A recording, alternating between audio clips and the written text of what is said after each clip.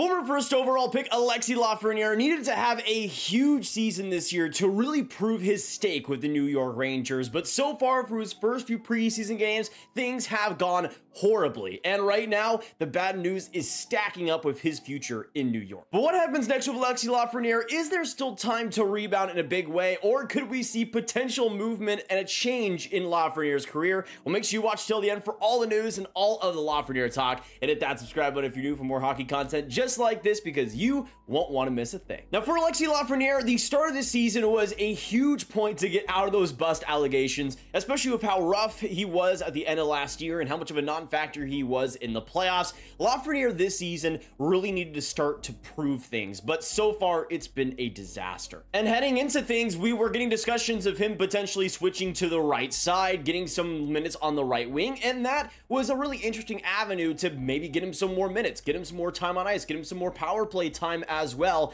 But so far, that experiment has also gone horribly. When we look at Alexis Lafreniere's stat line so far in the preseason, it's been pretty rough. In 3 games, he has 1 assist for 1 point. He's a -3. He's got 2 penalty minutes. He's got 6 shots on goal, and that's with about 14 minutes of average time on ice. So for the most part, he's been a pretty big non-factor, and in some ways has actually been a negative for the Rangers. I want to direct you to this play, which versus the Islanders was just crazy to see. It was a long shift, obviously, so Lafreniere was a little bit tired, but still, this effort was just crazy to watch. You can see it's still 0-0 early in the first, and you can see Lafreniere trying to sweep the puck away. It gets lost in the translation right in the middle. Lafreniere just kind of lunging around, loses Pajot in the shuffle, tries to dive for it, but completely fails. That wasn't really a one-off clip either. His defensive game in the preseason has been nothing. It's just been nothing. And in fact, in a lot of ways, that has led to misplays and miscalculations. And for the Rangers, just lost players in assignment. For Lafreniere, this is a part of his game that has been getting better and better, but isn't really at the level it needs to be, especially with the lackluster skill offensively that he's shown. Plays like this happening shouldn't be happening this late into his career right now. I mean, he's going to be 22 this month. Come on, man. And that's really my main thing with Lafreniere, because again, he's going to be 22 coming up here real soon. And to me, this year was a big make or break. Show us what you're truly made of. Of course, we saw the growing pains. We've seen the growing pains with him. And in some ways, he's still scored at a decent rate, especially 5-on-5 goal scoring has been good since he's entered the league. But a lot of those have been tip-ins. A lot of those have been things that maybe we didn't see as much of it in his draft year that have looked really good at the NHL level. But that skill set and that game-breaking pace has never been there at the NHL level, and we have yet to really see that. You can see over the past few years, hasn't even been able to crack the 40-point plateau, and I think for a player that especially is a lot more offensive like Lafreniere is, those numbers are disappointing. Especially after having a great playoffs in 2022, he was awful in the 2023 playoffs, got 0 points in 7 games, looked completely invisible, and that was one of the most disappointing things. You saw, of course, an upgrade in the points department in the regular season, but he proved he was a playoff player in 2022.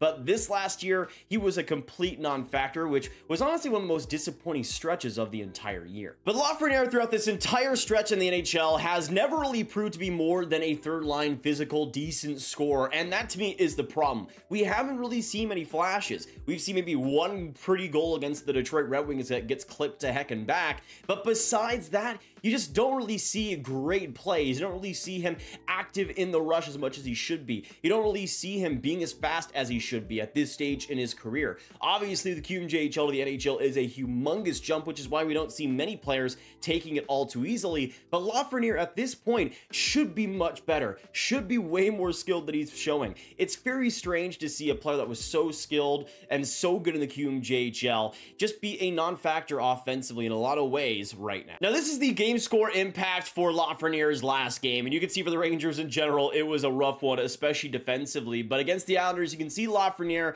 they're a little bit on the lower side of things. Not one of the worst players, but definitely not one of the best. And you can see just how negative his defensive impact was. Showed some decent production there, but the defensive impacts on overall game and the pace just wasn't there. And you can see in this game score impact card for the game versus the Devils, you can see Lafreniere among the worst on the Rangers was Bedard and Fox with a lot of negative value, both offensively and defensively. Now, in the sake of fairness, the first game of the preseason against the Bruins, he actually was one of the better players for the Rangers in terms of game score, actually having some pretty good positive value defensively, so the potential is there with Lafreniere, but again, this is honestly one of the most frustrating things because you can see there's games where he can put up some great statistics, put up some solid impact, but then the inconsistency just gets completely evaporated. And then we go on to this interesting segment in a trade room article from the Hockey Writers saying, might the Rangers be growing tired of Lafreniere's struggles? In their latest piece for the Hockey News, Stan Fischler and Stefan Rosner delved into the NHL's current trade rumor mill,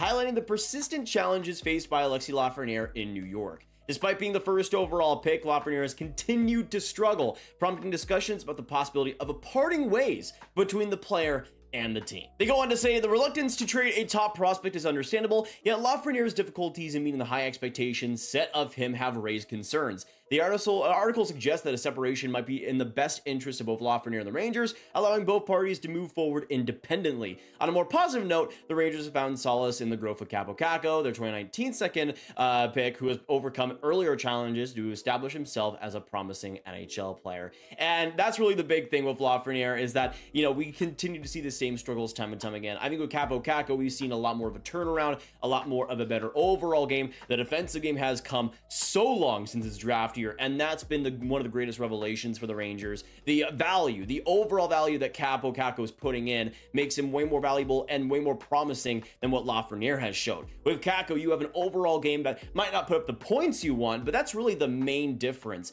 With Lafreniere, he's putting up a ton of points, but isn't looking like he should. With Kaapo Kakko, he is looking great every shift, putting in 100% effort, looking great on the forecheck, along the boards, really working well with that NHL physicality, while Lafreniere might put some goals up here and there, might put up some points, but the overall game leaves a bitter taste in your mouth. And then going on to this article that they mentioned from the Hockey News, it is pretty interesting to see how they dissected this whole situation, saying, ever since he stormed into the NHL as a first overall pick, Lafreniere has been the poster boy for build up to a letdown. Lucky for Big Al GM Chris Davis has patiently avoided trading the French Canadian who plays ball in the summer. But that could change soon, maybe sooner than expected. Rookie left wing Brendan Offman has been treating every exhibition match like it's Game 7 of the Cup Final.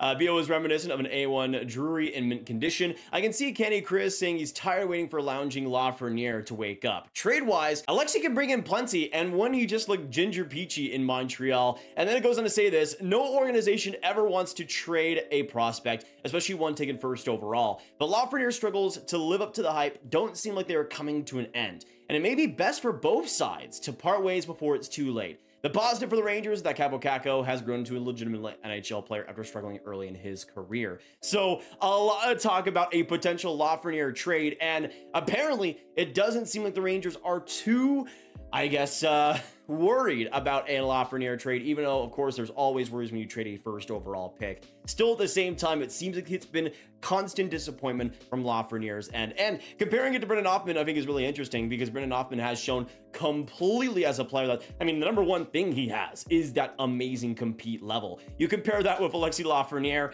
and it doesn't look too pretty. Especially when you consider Offman was drafted the year after and is already looking a lot more impressive, a lot more accustomed to the NHL physicality than Lafreniere, who's been in the NHL for now going to be 4 seasons. Gosh, that is crazy.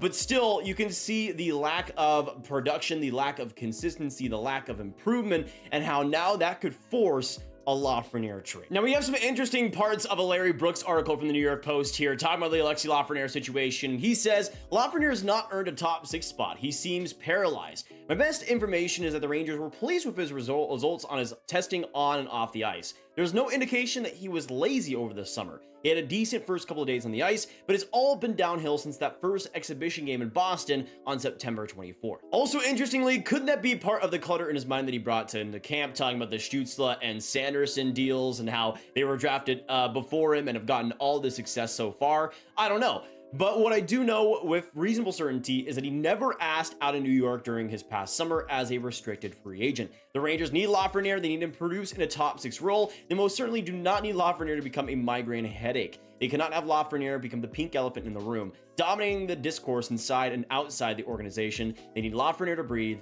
just breathe. But it's obvious from everybody in the room, outside the room, that things need to change. Something needs to change with Alexis Lafreniere if he's going to stay in New York, because his performances, his consistency has just not been at a great level, at a level that is consistent with what the Rangers want. If they're going to have him in the top 6 role, forget about it. What he's shown so far in preseason absolutely does not warrant that. But like Larry Brooks does say, give him that opportunity perhaps in the first game of the season. Show him at least a little bit of confidence, because that might be all it takes. With Lafreniere, we know at his best is when he is the most confident, when he is the most confident in his skills, but I don't think he's ever really been all that confident in his skills at the NHL level. But I think having that, maybe having a little bit of consistency and not worrying about being dropped down might be what Lafreniere needs. At the same time, though, like Larry Brooks does mention too, you need to give the best players the best shots. And right now, you compare it to other prospects like Brendan Othmann and Will Cooley, and both of those players have looked better than Lafreniere in preseason, and that's just unacceptable to see. And folks, I just gotta say, I think there is a universe, and it is potentially even this universe, where we could see Alexis Lafreniere traded this next offseason. If he disappoints again, if he fails to show consistency or the skill set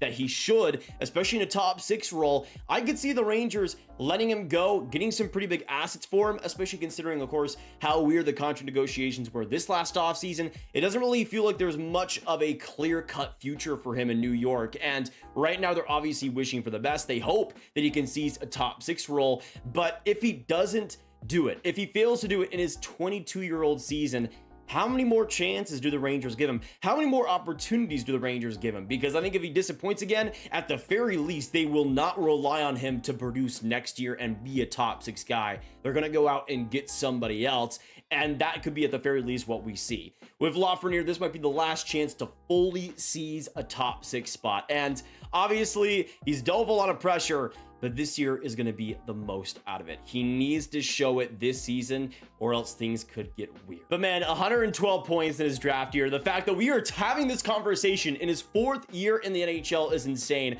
I remember in his rookie season, there were all the excuses, and back then, sure, you might as well make him. I mean, he's a rookie coming out of the QMJHL, trying to fit himself into the NHL physicality, but right now it looks like a barren, dry potential of Lafreniere. The fact that we just have not seen many improvements in that offensive ceiling, that to me is the biggest thing. Sure, again, he could put up points this next year, but I want to see that game in, game out skill set. I want to see him have the confidence in using that. Make a couple of dekes here and there. Don't be too crazy, but I want to see the skill set that he had in the QMJHL that made him an exciting player, that had him dominating in the World Juniors. This is a player that should be dominating, and I think still has the potential to, but he needs to start showing it. He needs to start getting faster. But Lafreniere needs to show it right now, man, because this could be it. I mean, Montreal could be calling, and, you know, maybe that's the situation that makes him the player he needs to be. But I would see a change of scenery happening if things aren't going to change, and the pressure is on for Laf, man, because things are getting serious now. But I want to know in the comments down below, what do you guys think of this Alexis Lafreniere situation? Do you think it's overreactions to preseason? Do you think he can still rebound in the regular season and still capture a top 6 spot?